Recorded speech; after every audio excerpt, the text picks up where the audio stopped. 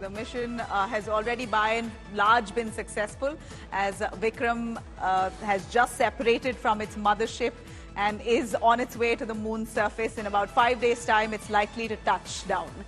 Thank you very much, Nagarjun. I'm going to cut across to Pramod, who's with us and closely tracking this. Pramod, give us a breakdown in as simple terms as possible on what's the whole frenzy around Chandrayaan-3 landing on the moon. What exactly is the mission? It's going to be there for likely about 14 days is what we believe, and there's going to be some kind of, it's going to be on an expedition to try and find out what the moon looks like, taking pictures of the moon to try and find the soil composition, and if at all there could possibly be life on the moon. That's something that the rover will attempt to understand.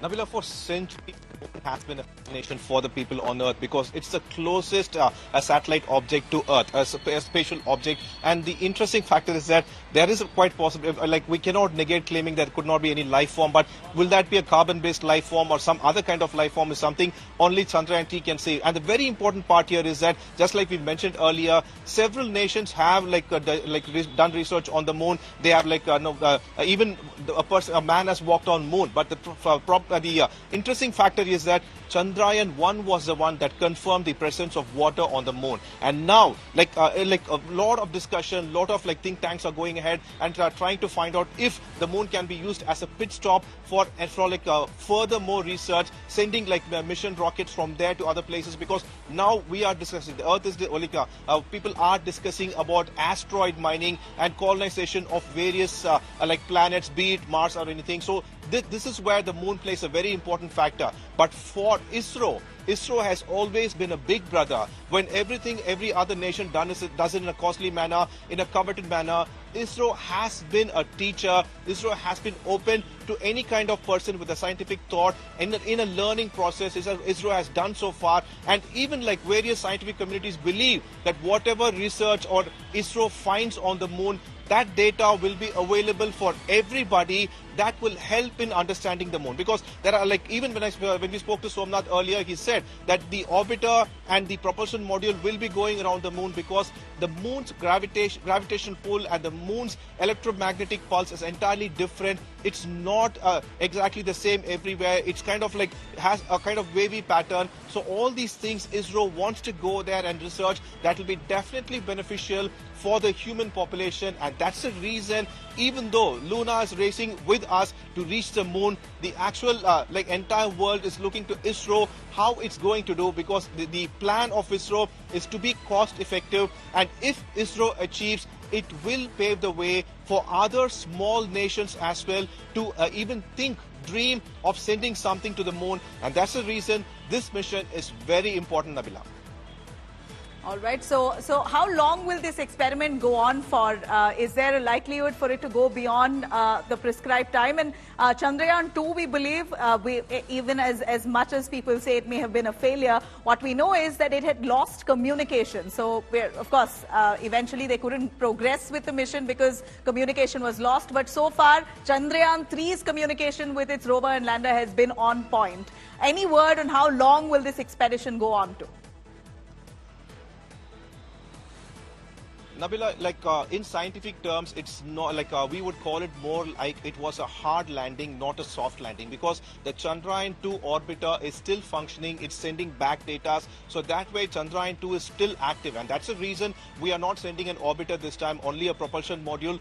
Even this propulsion module is carrying a shape sensor on it to actually do research and collect data from the moon's orbit about the Earth. So that is also we are not wasting anyway. And the aspect here is that this particular lander and the rover will be functional for one lunar day, that is 14 days together. That is a period when it can use its the solar panels and generate energy. That way it will be used, and the orbiter, where the propulsion module will be still functioning as a mode of communication between the lander and the Space Center, Deep Space Research Center of ISRO in Bengaluru. That way it will also be used. So the orbiter is going to be functional, Chandrayaan-2 is functional, and the lander and the rover will be functional for 14 days, Nabila.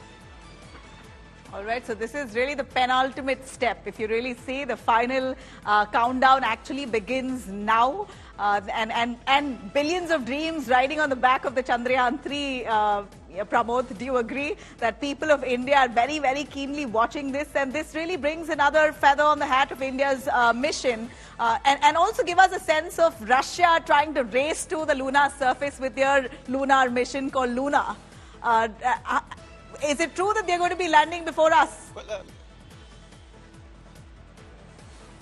Well, they have used an entirely different kind of rocket, and they're like the capacity of the lift and the propellant they are using is entirely like of a large amount. So that's the reason they are able to reach a little faster than us, and they are going to land as well. But that particular lander, that particular one, it's going to have entirely. Russia says it's going to have an entirely different set of research methods and everything. It has nothing to do with what ISRO is doing. But the interesting aspect is that ISRO is something. The Chandrayaan-3 is something the entire world is watching, because like we said, the developed nations have an unfortunate habit of coveting the data and keeping it to themselves. But ISRO has broken that barrier. ISRO has been friendly to nations who want to do research, and ISRO, like, imagine using PSLV and GSLV, like sending satellites of other nations. That way, like even recently, ISRO went ahead and decided to go ahead and share information about satellite launch and such. So that way, ISRO has definitely been a big brother, and that's the reason. Even though Luna is going to land, it's going to, like, if you ask me, it's going to be another day,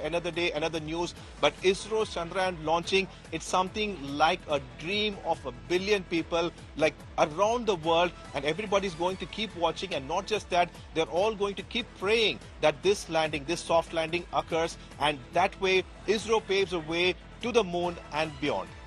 Absolutely. Pramod, if you could really give us a sense of this very image that we're seeing on our screens here. It's shared by Team ISRO. The first image that comes in right after the Vikram lander has separated from the rover. This is the image that's been put out at 1:15 precisely by Team ISRO. Could you explain to us this image? What does it really signify? This is certainly a momentous occasion, undoubtedly, for the space agency and for India alike, as this is the third attempt, Chandrayaan-3, where the actual challenge for ISRO begins now, as it gets closer to the moon in about 5 days' time.